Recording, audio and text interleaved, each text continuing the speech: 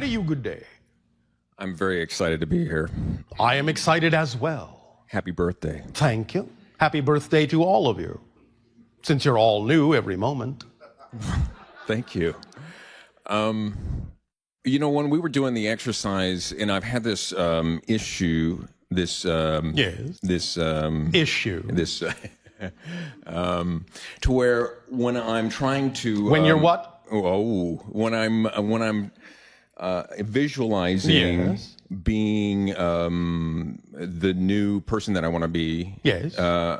I go, oh, this is what I want to be. No. I jump from one thing to another, to another, to another. Yes. And I can't seem to find the one word. Practice. Oh, okay. You'll get used to it. Okay. I don't have any expectation that any of you have to use this right out of the gate perfectly the first time. It is what it is, and it is perfect for what it is. But you don't have to measure yourself against some idealized version of the experience. It's up to your imagination to alter it as it sees fit in whatever way works best for you. I see. So if right now you're jumping around, then it's telling you something, perhaps both positive and negative, that you can look at. It's allowing you to use the exercise to discover something about yourself that you may wish to change. That's up to you to decide. But don't berate yourself because you think you did it wrong. I don't give you exercises that you can do wrong. I see. Also, I've been doing some research on the internet, and I hear about... You mean you searched and then you researched it? Yes. Oh, all right. Why didn't you find it the first time you searched? You know I'm playing with you. Yes, I do. All right. I've discovered there's Arcturians, there's Pleiadians. Pleiadians. Yes. And Syrians. And, yes. And hybrids. And hybrids. Are they all working together? In general ways, in different ways. Of course, again, there are different groups with different focuses. And thus, then, the ones that have similar focus will be the ones working together. There are other beings, other civilizations that are not working in the same ways, but that's all right. They're off doing other things. But Earth has the attention of many because of the transformation going on. It's a very exciting place. Is it just Earth right now? No, but it is one of the most powerful in terms of its transformation from dark to light. Because there are not that many places we've ever discovered that experience this degree of limitation. That's why we call you the masters of limitation. Yes. But you see, we recognize that Earth is not a kindergarten, it's a master class. It takes a very strong spirit to know that it can transform this degree of limitation into freedom, this degree of darkness into light. That's why we say masters of limitation, not masters of limitation, masters of limitation. You're all very strong. It's a graduating class. It's very exciting.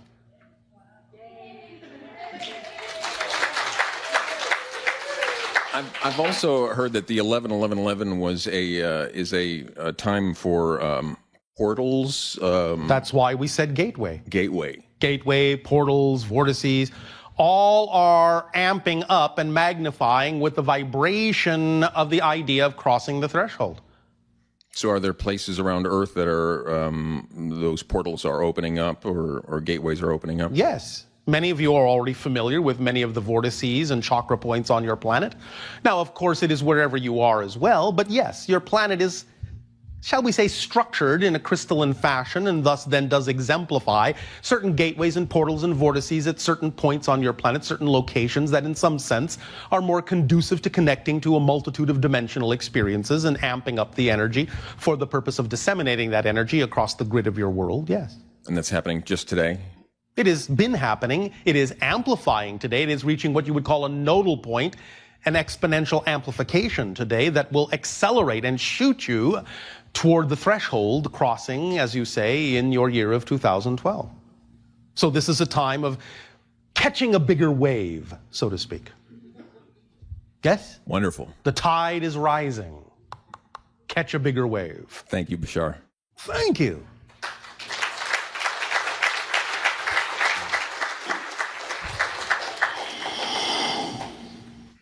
Hello. And to you, good day. This is my first time. It is our first time, too, talking with you. First time hearing about you and first time seeing you. All right, but you're not really seeing me, but I understand. And I have a question regarding you, actually. I'm Oh, pretty all right. curious. Yes, speak up so that all may hear you. First of all, I wonder, how old are you? At this particular moment, I am 197. But sometimes in this conversation, I will be different ages, depending upon what portion of my consciousness needs to communicate with you. In essence, I am, in my own time frame, over 250. Okay. Right now, the 197-year-old is the one that needs to speak to you. Why are you younger when you're talking to me?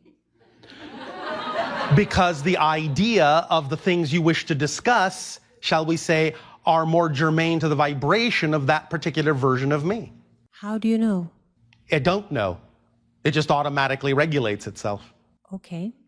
Then I have another question, maybe that will be a little bit attached to this question. All how right. old you are. I have to just think how I'm going to formulate myself. No, all right. Probably best to use English. Yes, you can hear that I'm not from here. Yes. Yes.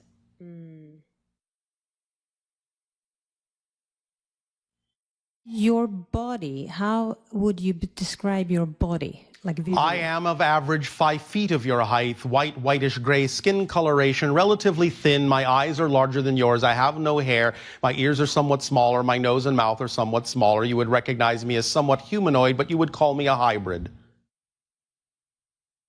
And how would you say that your people are? Are your people kind of kind people, only kind, or do you have like different characters? We have different characters, but in our evolution, we have arrived at a place where our planet is one of peace.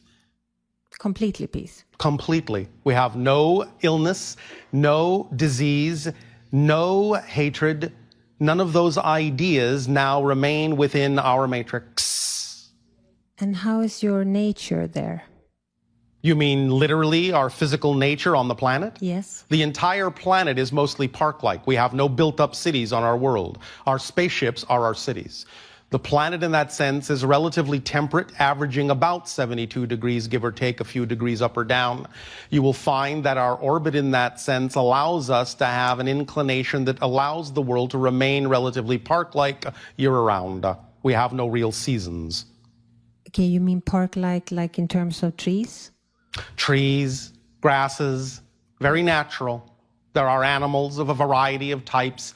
There are some structures on the planet, but they are very simple and very few. We simply allow the planet to remain in its natural state. And then I have another question. I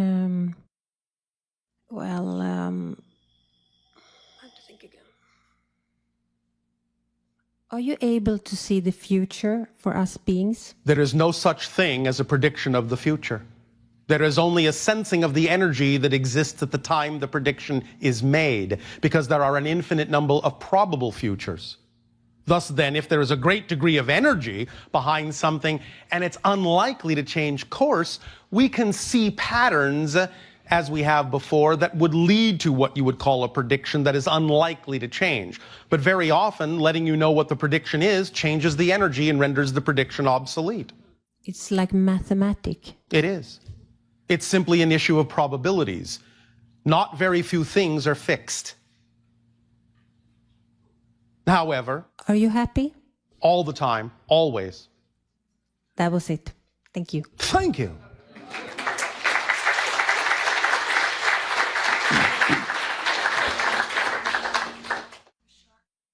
When you were talking about visualizing through the mirror, through the glass, Yes. seeing ourselves as another version of ourselves, and, Yes. one that we prefer, you talked about an exchange of helpful energy one to the other. Yes. And I got confused there because I thought, well, if I'm looking at the version of myself that I prefer, Yes. I don't see why would I need help from the version that I am now? I mean, how could I be helpful? How could I be helpful to another version of myself? Because you are allowing them to also create the version they prefer by using you in the same way you used them. Just as you are looking through the glass and using them to continue to alter their reality to appear more and more like the reality you prefer, they're doing the same thing to you at the same time, using your energy to help them create the reality image on your side of the glass that they prefer to see. That's why the exchange takes place. You mean they're looking at the version of me that they would prefer to see? Yes. Oh, okay. Now I understand. Does that help you? Yes, thank you. Thank you. Hello, Bashar. And you, good day.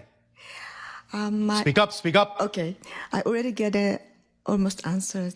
Already, Oh, well, all right. Then sit down. which I put in the basket. But I wanted to ask you about like a science fiction like story. It's a Science fiction. rumor about 311 earthquake in Japan. Yes. I heard that is the earthquake was man-made, and it was only in the context that it is a reflection of humanity's consciousness. It was not technologically engineered, if that is what you mean. So nobody related to it wasn't a terror or anything. I just told you. It was not technologically engineered. All right. Does that help you? Yes. Thank you. Thank you very much. And one more question, sorry. Yes. How people can deal with the death of the people, the loved one. I lost my mother 2 years ago. All right. It's pretty hard to deal with it. So how people in your planet think about death? We simply see it as walking from one room to another, as a different state of being. We are always in communication with those of our species who have died. They are always in communication with us because that is how our consciousness functions. And we understand that it is only a difference of degree, a difference of state of being. Many of you are beginning to realize that as well and not seeing such a difference between the idea of physical and non-physical reality. And so the veil in that sense that you've created is becoming thinner, thinner, thinner, thinner, and thinner. So more of you are beginning to explore the idea of the possibility of talking with those who have crossed over to the spirit realm. Again, look at the reflections in your reality. The reflections in your reality are constantly reflecting the idea of what's going on in the changes in your consciousness. Why do you think you have so many television programs and films that deal with the idea now of exploring ghosts and talking to ghosts? It's because you know you can. It's because you know they still exist. It's because you know life continues on. In a sense, there is no afterlife. There's just life. It changes states, but there's just life.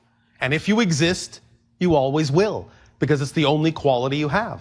It's a fundamental quality. That's why it's the first law of creation. You exist. You can't do anything about it. You can change how you exist, but you cannot change the fact that you do exist. So you just celebrate your changing, the person's changing. The person is just shifting, just changing into a different state of consciousness. The idea, again, we will explain a little bit more clearly tomorrow, mechanically, how this actually works. So no sadness. Well, you don't have to. If you experience sadness because you feel you are missing someone, it's all well and good. In that sense, we're not telling you not to grieve if you feel the need to do so. But the idea is that you can also understand that they don't necessarily want you to grieve. They want you to celebrate that they have woken up into a new level of reality and, in a sense, are more of who they truly are. And many of them attempt to get you to know that you don't have to feel that they're not with you. They don't have to grieve. But many times, physical reality being so very dense, it's difficult for you to perceive that they're attempting to let you know that they're fine, they're happy, they're all right, and that you can celebrate the idea of a transition with them and that they haven't left you at all. Okay. Do you understand? Yes. Does that help you? Yes, thank you very much. Thank you.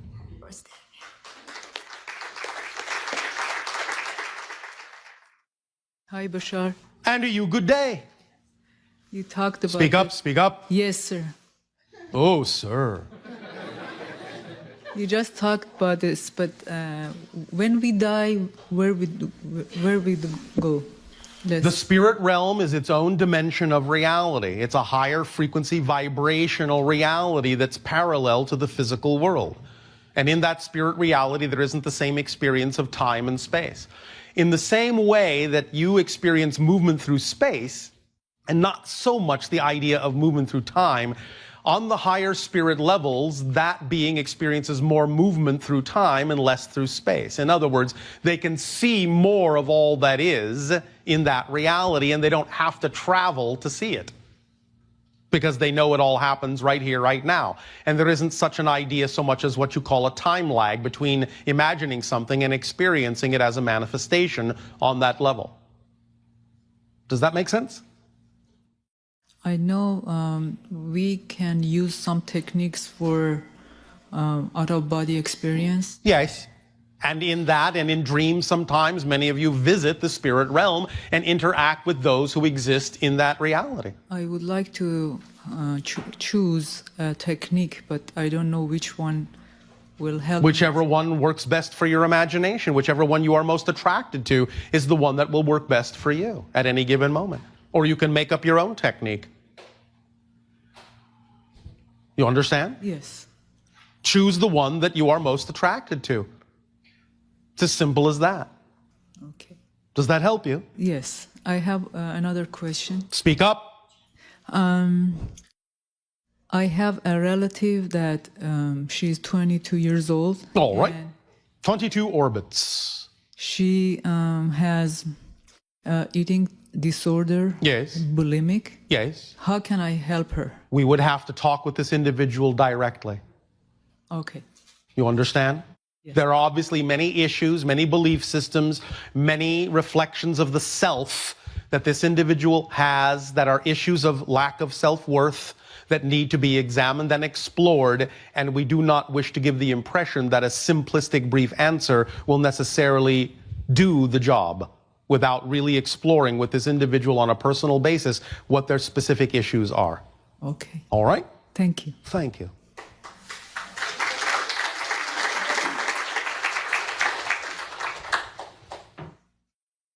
Happy birthday, Bashar. And thank you and good day.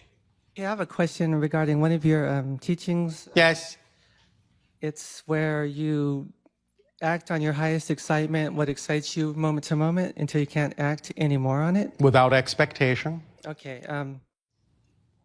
I do that sometimes when it comes, you know, I'll get paid on payday. Yes. And it's really exciting to spend that money like right then. Oh, all right, if you insist. As long as you're sure it's excitement and not anxiety.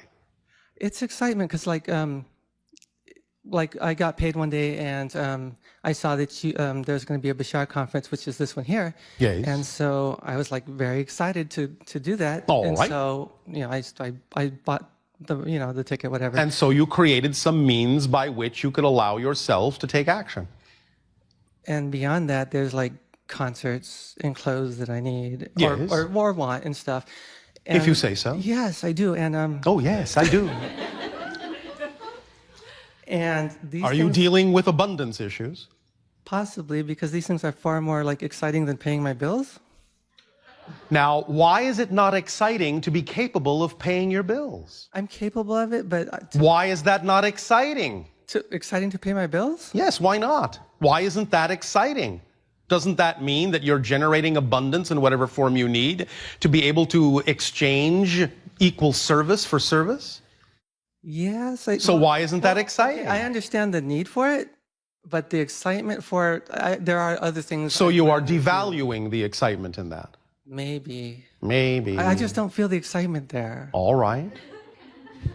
Then maybe that's the issue. Okay. You are labeling these things as not being part of your excitement. Yeah. Now, I'm not saying that everything in the world has to be recognized as exactly the same level of vibration of what excites you the most. Nevertheless, the idea is that when you act on your highest excitement to the best of your ability without expectation, you will attract whatever forms of abundance will allow you to experience and express any other form or expression of your excitement, or any other form of expression of thing that is required in your reality to allow you the ability to act on your excitement, and therefore it becomes a part of your excitement because it gives you the ability to act on your excitement. Do you understand? There's no separation here. The process is the thing. Okay, so it's all one picture. Would you call this abundance issues then? What is abundance to you? What is your definition of abundance? Is it the same as ours?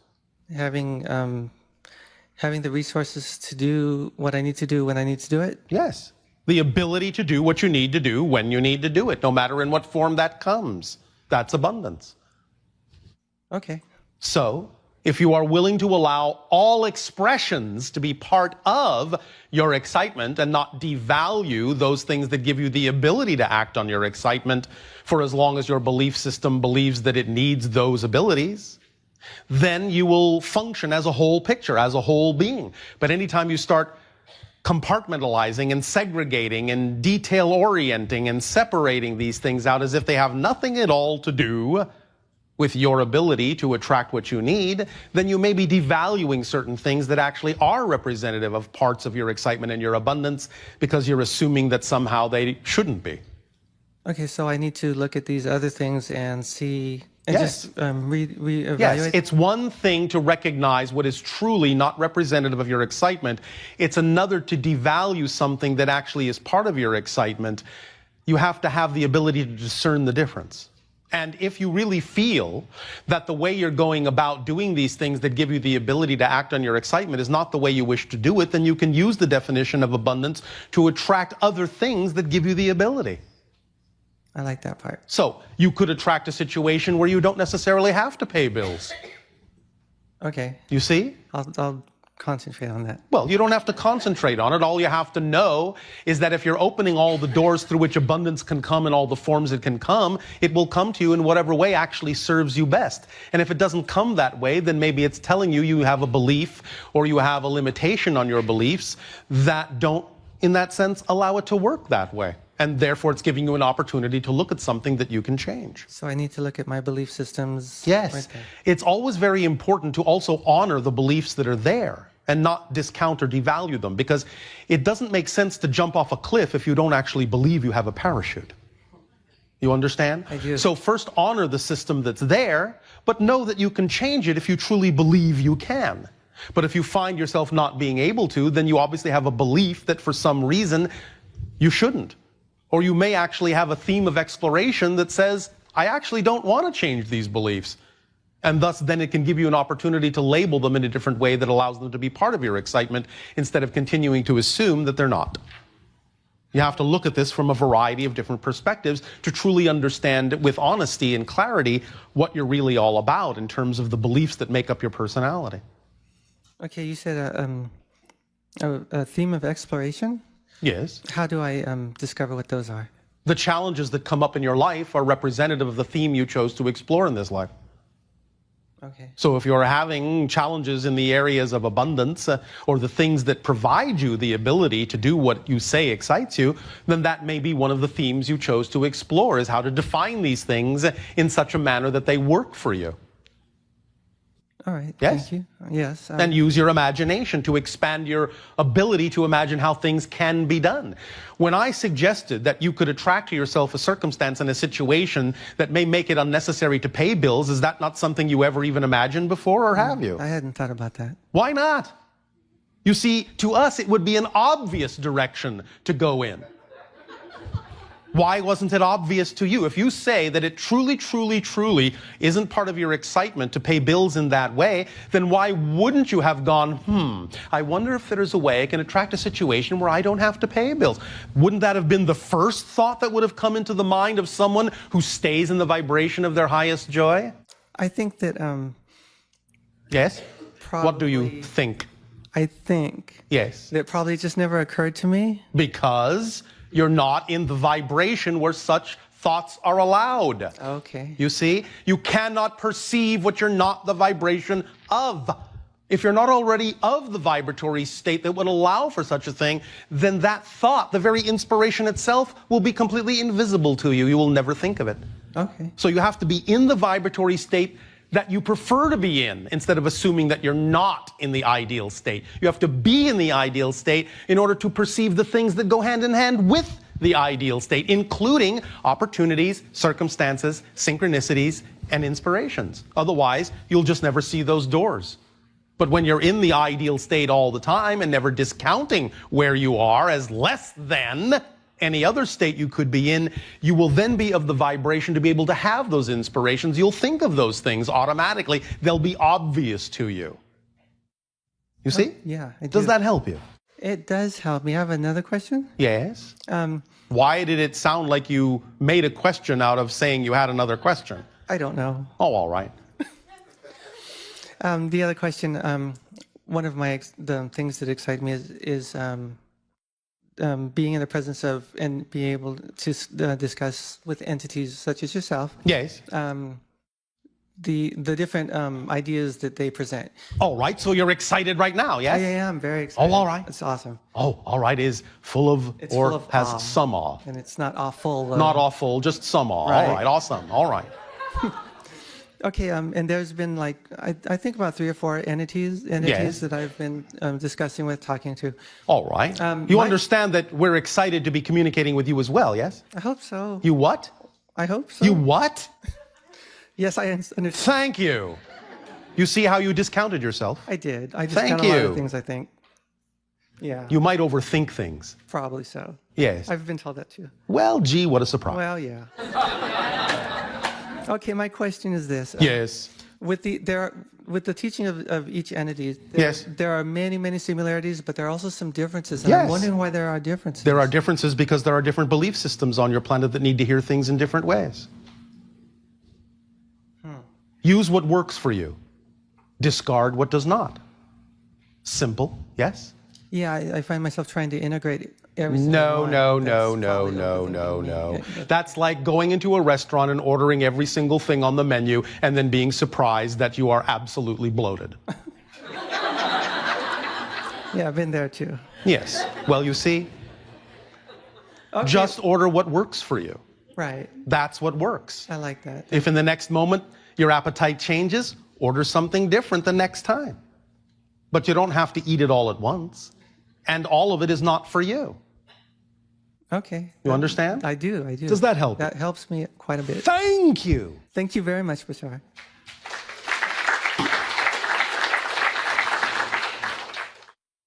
Greetings, Bashar. And to you, good day.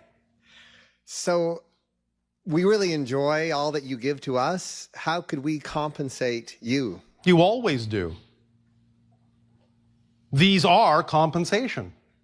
These communications are reciprocal. It's enough. Yes, absolutely. We are constantly overjoyed to interact with other facets of creation, to see reflected in you different ways that creation has of perceiving itself. This expands our understanding of creation. It increases our family by making these connections with you, and that gives us joy. Speaking of family, Yes. I've heard you talk about our planet being like the mental part, yours being like the heart, and Sirius being like the, what would be the other part? Mental? The spirit? Spirit, yeah.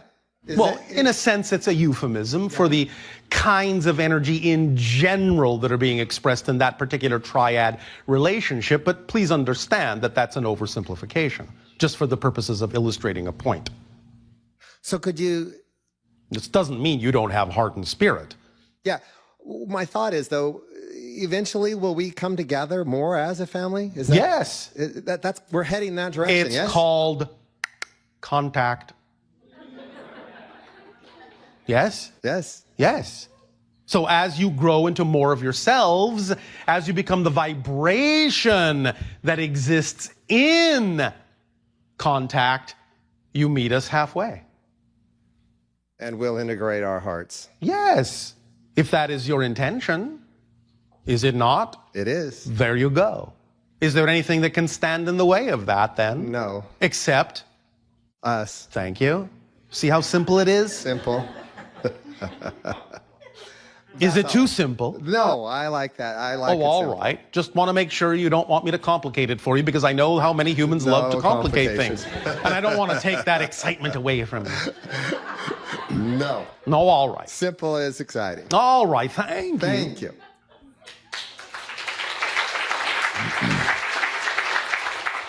Now then, if you wish, you may prepare yourselves for the second version of the idea of the permission slip.